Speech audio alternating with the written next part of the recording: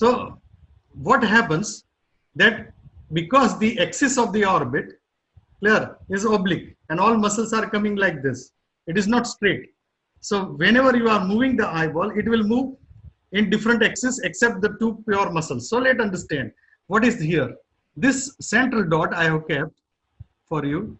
This central dot, this one is the center of the pupil.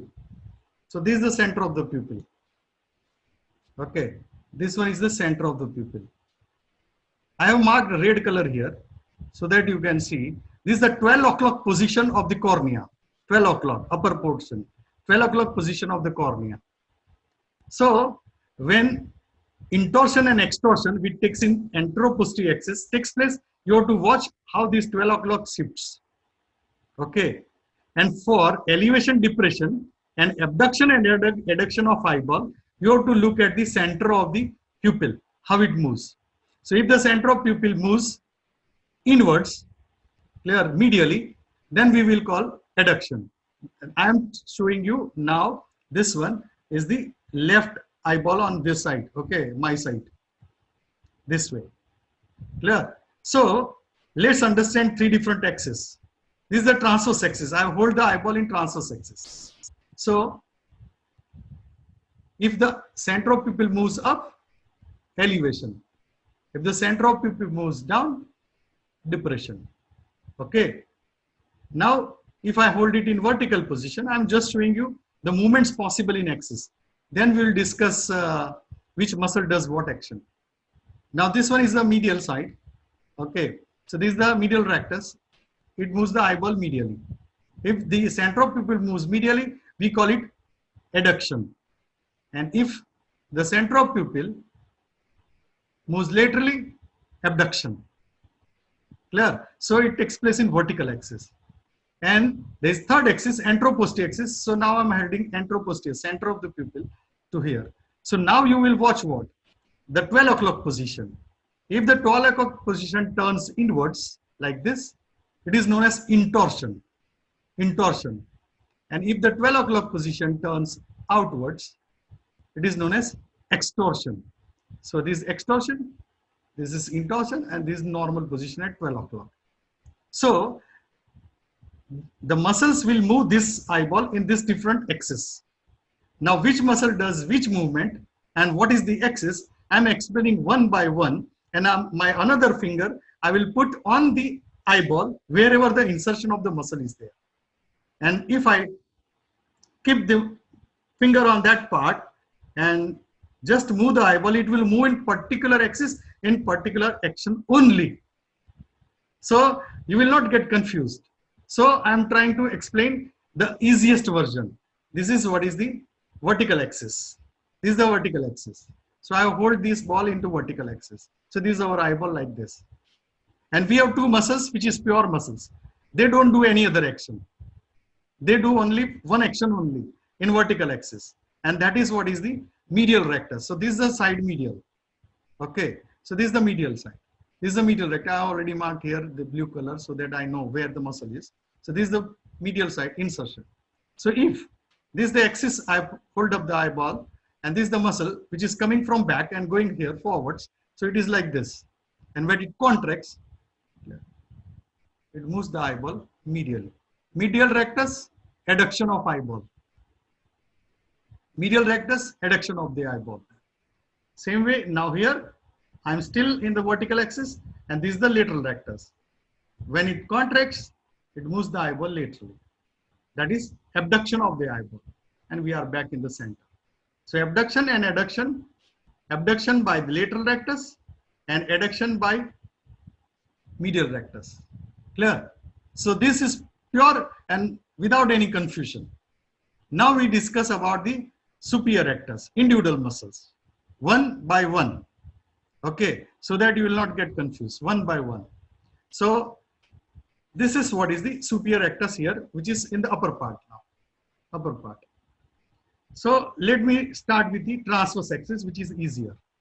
So this is a transverse axis and muscle is above, superior rectus, and it is in front of the equator. So it is in front. So when it contracts, it will move the eyeball upwards. elevation. So superior rectus is responsible for elevation of the eyeball because central pupil moves up. This is the elevation. But because this muscle has an oblique direction against the eyeball, eyeball is facing forwards and the muscle comes obliquely. So it is medial to the axis, vertical axis. This is the vertical axis. So it is medial to the vertical axis. And this is the muscle. If it is medial to the vertical axis, which is its normal course, and this is the axis, what it will do in vertical axis, same muscle. But in vertical axis, what it does? When it contracts, it moves the eyeball medially. That is adduction. So it helps the medial rectus. Superior rectus helps the medial rectus. Clear? So it does adduction. Clear? Now, the third axis is the anteroposterior axis. This is the anteroposterior axis, and this is the superior rectus. So when it contracts, it will turn the eyeball inwards. This is known as intorsion. So superior rectus is responsible for intorsion, adduction, and elevation. So three actions, one muscle, all the three axes. But because its direction is such, you hold the ball, it will move in that direction only, because this is the how muscle works. Clear? So this is the transverse axis, so it will elevate. It's a vertical axis because this muscle is medial to the vertical axis. It does adduction. And anteroposterior axis, it is above it, so it rotates this inwards. So 12 o'clock moves inwards. This movement you cannot demonstrate yourself.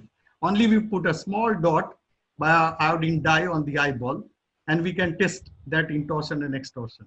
But you cannot see. But elevation, depression, medial rate, abduction, adduction, you can see yourself even in the mirror. Okay, so this is what is three action by the superior rectus. So same comes up the inferior rectus. Inferior rectus is below. It is mirror image of the superior rectus. So I will again go by the transverse axis. So I am holding it transverse axis, and the muscle is below. So depression, very simple, logical. So inferior rectus is responsible for depression of the eye. Then let's go for the vertical axis. It is in same mirror image. So it is here. And when it contracts, it causes adduction. So it helps medial rectus. So superior rectus and inferior rectus helps medial rectus for adduction. And third, anteroposterior axis, it's here. And this is the 12 o'clock and it's below. When it contracts, it causes outward rotation. That is what is extorsion. So superior rectus, which was above, it causes intorsion. And inferior rectus, which is below, causes extorsion. Okay, so they are contradictory to each other, antagonist during intorsion and extorsion. And for medial rotation, that is the adduction, they help medial rectus together. Okay, along with superior, inferior rectus, and medial rectus, all are responsible for adduction. Right, and for elevation and depression, superior rectus elevation, inferior rectus depression, which is a logical action. So this finishes the superior inferior rectus. We finish medial lateral rectus. Now comes up obliques, two obliques, superior oblique and inferior oblique. Now understand this particular part. That again I will go with the transverse axis, so it will be easy for you to understand. The superior oblique comes from back, goes to the pulley, then turns backwards and goes behind equator. This is the equator and is behind the equator. So my fingers will not go like this. Now it's like this. Okay, because it came from medial side and then went backwards. So when it contracts, muscle will contract, the power of the muscle will be generated at the level of the pulley. So this is the power which will ultimately reach to the eyeball. So when it contracts in the transverse axis, it will cause depression. Even if its muscle is located up, it will depress because it comes from front. Muscle comes from back, but passing through the pulley, now it is going backwards and behind the equator. That's why it is causing depression in transverse axis. Okay. Now let's see the vertical axis. It's the same like this, and it is medial to the vertical axis. So when it is causing abduction away from the midline. The pupil is moving away from the midline. So this is abduction. And in the anteroposterior axis, let's see the 12 o'clock position, it is here. So it causes intorsion because it's coming from the front, it causing intorsion. So that is what is the superior oblique. Let's go for the inferior oblique, which is exact mirror image of the superior oblique. It also goes in the posterior part. And I will go with the same way, the transverse axis. I hold the ball in transverse axis. And the muscle comes from floor of the orbit and goes backwards like this. It's a mirror image. This was a superior like this. This was superior. It's a mirror image here. So when it contracts, it moves the eyeball up.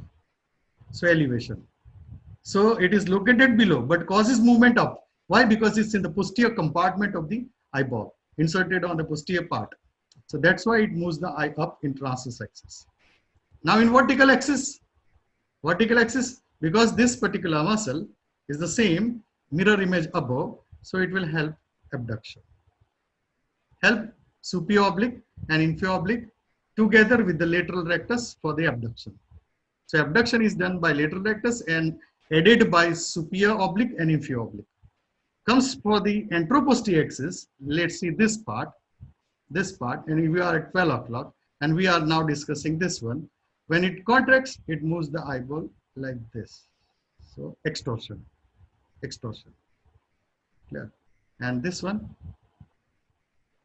intorsion, because it's upper part and this lower part, so it causes extorsion. So this is what is how the inferior oblique is responsible for extorsion, superior oblique is responsible for intorsion. Got it? So this is how the combination of movements takes place by this particular muscles on the eyeball based on the different axes, which is mentioned in the presentation one by one. But if you understand by this particular type of a ball and move yourself how they move the different axes, the eyeball in different axes, then you will never make mistake of memorizing which one does what. Got it? So try to practice yourself, repeat this motion yourself, and try to understand the mechanism of how the eyeball moves. Clear? Keep this particular type of video for yourself to understand how this particular eyeball moves, and you will never forget. If you go on trying to memorize yourself which one does intorsion, extorsion, medial rotation, lateral rotation, adduction, abduction, you will get confused with terminologies. Clear? So this is what is about the movements. Because in presentation for you, it was just mentioned the names and the arrows to show you where it goes. You don't know what they are doing. So I explained this particular part for you in detail, whether it is important to memorize in that way or another way, but it will be helpful for you to understand in ophthalmology all the different type of squint, abnormal deviation of eyeball, which muscle is paralyzed, what will happen. So now we will go back to our presentation and try to understand if this particular muscles will not work and the nerve will damage, what will happen. So this will be very easy for you. So I will share again the presentation. I think because in small video you cannot see what is moving where, so I wanted it to be on a full screen like thing.